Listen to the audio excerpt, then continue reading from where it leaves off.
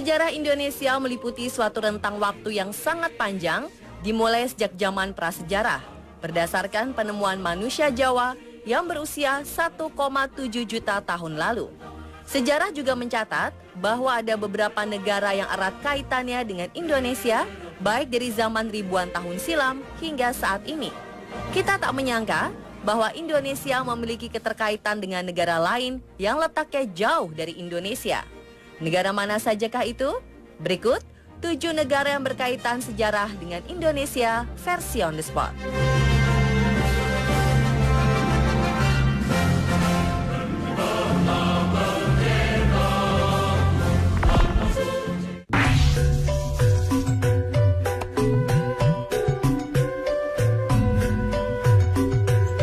Hubungan Indonesia dengan Suriname bisa dibilang adalah hubungan kakak adik. Ini karena sebagian dari penduduk Suriname berasal dari penduduk Indonesia. Terlahir dari rahim yang sama, yakni rahim Ibu Pertiwi, sayangnya kita harus berpisah karena keadaan. Sama seperti Indonesia, sebelum akhir abad ke-17, Suriname diperebutkan oleh negara-negara Eropa. Hingga pada akhir abad ke-17, negara ini berada di bawah kekuasaan Belanda. Pada 1890, pemerintah kolonial Belanda memberlakukan kebijakan untuk memigrasikan penduduk Indonesia, khususnya orang Jawa, ke Suriname. Jumlah penduduk yang dibawa ke Suriname mencapai ribuan orang. Pada sensus 1990, jumlah tersebut mencapai 140 ribuan orang. Selain sejarah penduduknya, dari segi sejarah ada lagi kesamaan yang tidak sengaja antara Indonesia dengan Suriname, yakni kondisi geografisnya. Indonesia sebagai negara beriklim tropis dengan suhu rata-rata 24 hingga 35 derajat Celcius sepanjang tahun, sama dengan Suriname. Negara ini merupakan negara beriklim tropis dengan suhu 29 hingga 34 derajat Celcius dengan 2 musim, kemarau dan penghujan. Tak heran mengapa orang Indonesia tidak mengalami kesulitan beradaptasi ketika tinggal di Suriname. Orang Jawa yang migrasi ke Suriname konsisten menggunakan bahasa Jawa sebagai wujud pelestarian budaya. Hingga sekarang bahasa Jawa masih digunakan sebagai bahasa percakapan sehari-hari dan termasuk salah satu bahasa yang paling banyak digunakan. Dari segi politik, salah satu warga Suriname asal Banyumas bernama Raymond Sapun sempat mencalonkan diri menjadi presiden di sana.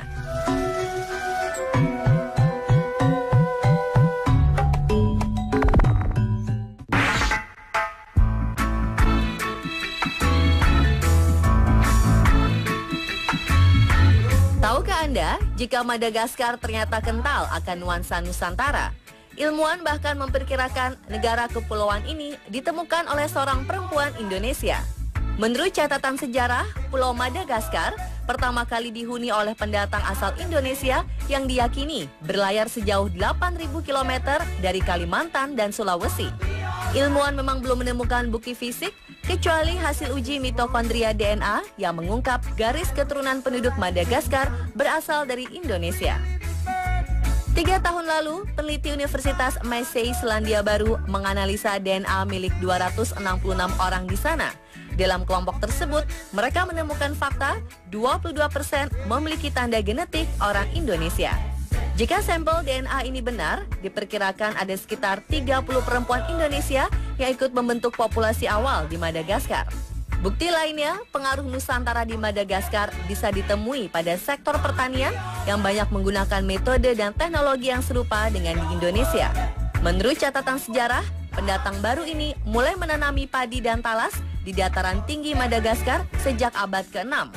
Selain itu, tidak seperti rumah tradisional Afrika pada umumnya yang berbentuk bulat, kediaman penduduk asli Madagaskar lebih menyerupai suku-suku di Asia Tenggara, yakni berbentuk kotak dengan atap segitiga. Penduduk asli Madagaskar juga mengenakan pakaian yang terbuat dari serat tanaman, berbeda dengan Afrika yang lebih menyukai kulit binatang. Kendati dikuasai oleh bahasa Perancis, penduduk Madagaskar masih memelihara bahasa sendiri, yakni bahasa Malagasy yang masih termasuk rumpun bahasa Melayu Polinesia. Di dalamnya terkandung pengaruh bahasa lokal di Indonesia, yakni Barito Timur, Jawa, dan Melayu. Nasi juga menjadi makanan pokok penduduk Madagaskar. Wah, ternyata Madagaskar Indonesia banget ya.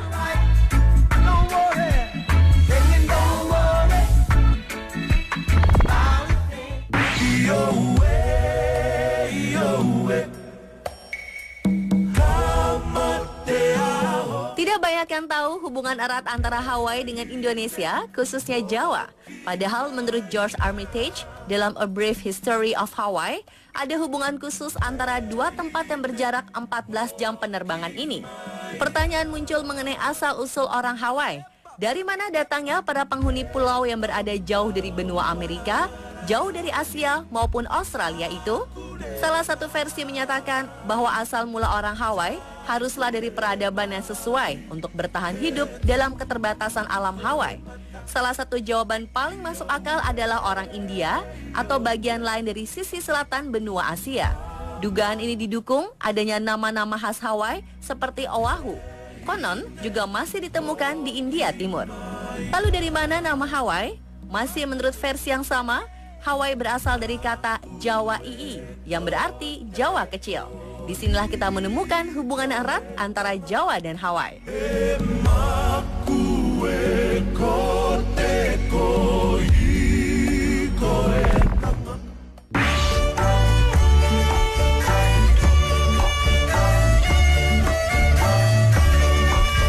Ada banyak alasan mengapa Malaysia adalah negara yang punya hubungan paling dekat dengan Indonesia.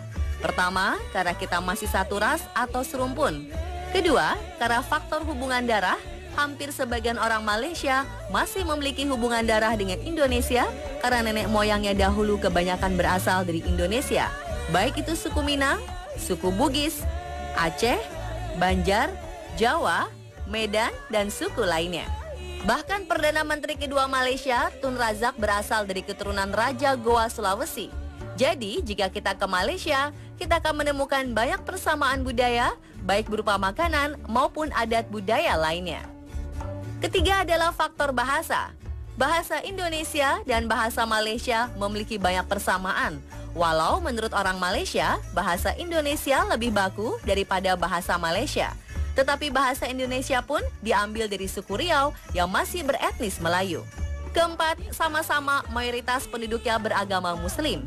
Kelima, karena dahulu kala pada zaman Sriwijaya dan Majapahit, Malaysia dan Indonesia adalah satu Nusantara, sehingga ikatan sejarah ini masih ada hingga sekarang.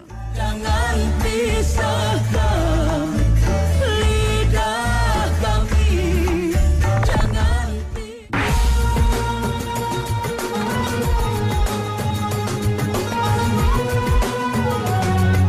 Melihat sejarah Indonesia ke belakang, proklamasi tidaklah gratis.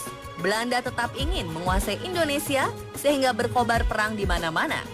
Dan Indonesia berjuang bukan hanya dengan senjata, namun juga diplomasi menggalang dukungan luar negeri untuk bisa menekan Belanda agar mengurungkan niatnya untuk menguasai kembali bumi pertiwi. Dukungan yang paling nyata itu datang dari dua negara. Pertama adalah Mesir. Begitu kemerdekaan Indonesia tersebar ke luar negeri, pemerintah Mesir langsung mengirim utusannya di Bombay ke Yogyakarta yang ketika itu merupakan ibu kota RI sementara. Adalah Muhammad Abdul Mutnim yang dengan berani menembus blokade Belanda. Beliau menyampaikan dokumen resmi pemerintah Mesir dalam mengakui kemerdekaan RI. Ini pertama kalinya dalam sejarah utusan resmi suatu negara mempertaruhkan nyawanya untuk menyampaikan dukungan kemerdekaan. Kemudian dukungan Mesir tersebut dilanjutkan dengan perjanjian persahabatan Indonesia dan Mesir. Ketika penandatanganan dokumen kerjasama ini di Kairo, kedutaan Belanda di Mesir menyerbu masuk ke dalam ruangan kerja Perdana Menteri Mesir untuk mengajukan protes. Namun bersikeras Mesir mengabaikan protes tersebut. Pengakuan Mesir ini terjadi karena kedekatan tokoh-tokoh perjuangan kemerdekaan RI dengan tokoh Mesir, seperti Agus Salim, Sultan Syahrir, M. Natsir dengan tokoh pergerakan IM. Dukungan ini disambut dengan hangat dan bahagia oleh Soekarno. Sedangkan pengakuan yang diberikan oleh rakyat Palestina pun sangat heroik. Selain mengakui kemerdekaan tanah air, ketika itu pemimpin Palestina, Muhammad Ali Taher, menyumbangkan seluruh tabungannya untuk perjuangan mempertahankan kemerdekaan RI.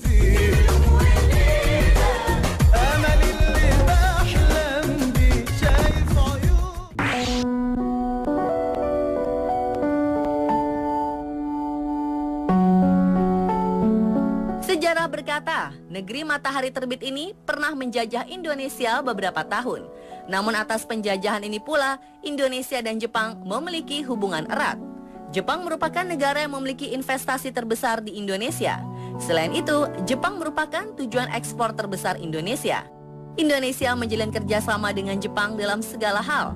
Kerjasama Indonesia-Jepang telah berjalan kurang lebih selama 58 tahun sejak 1958. Diplomasi Indonesia terhadap Jepang adalah salah satu contoh keberhasilan diplomasi yang dilakukan oleh Indonesia. Dengan adanya kerjasama dengan negara maju seperti Jepang, menguntungkan bagi negara berkembang seperti Indonesia. Begitu pula sebaliknya, Jepang juga membutuhkan kerjasama dengan Indonesia untuk mencapai kepentingan negaranya. Kita saling bekerja sama di berbagai sektor untuk memenuhi kepentingan masing-masing dan menjaga hubungan baik antar negara.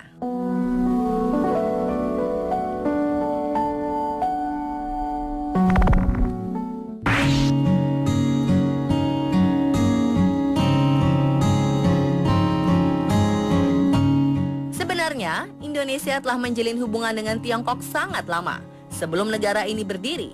Bahkan sejarah telah mencatat, Indonesia dan Tiongkok telah menjalin hubungan sejak abad ke-5. Hal ini dapat dilihat dari buku Fahian yang berjudul A Record of the Buddhist Religion as Practiced in India and the Malay Archipelago. Berkat ramainya orang-orang keturunan Tionghoa yang melakukan perjalanan ke Indonesia, menjadikan Indonesia sebagai negara dengan etnis Tionghoa terbesar di dunia setelah Tiongkok. Saat ini, Tiongkok telah menjadi mitra dagang terbesar Indonesia setelah Jepang.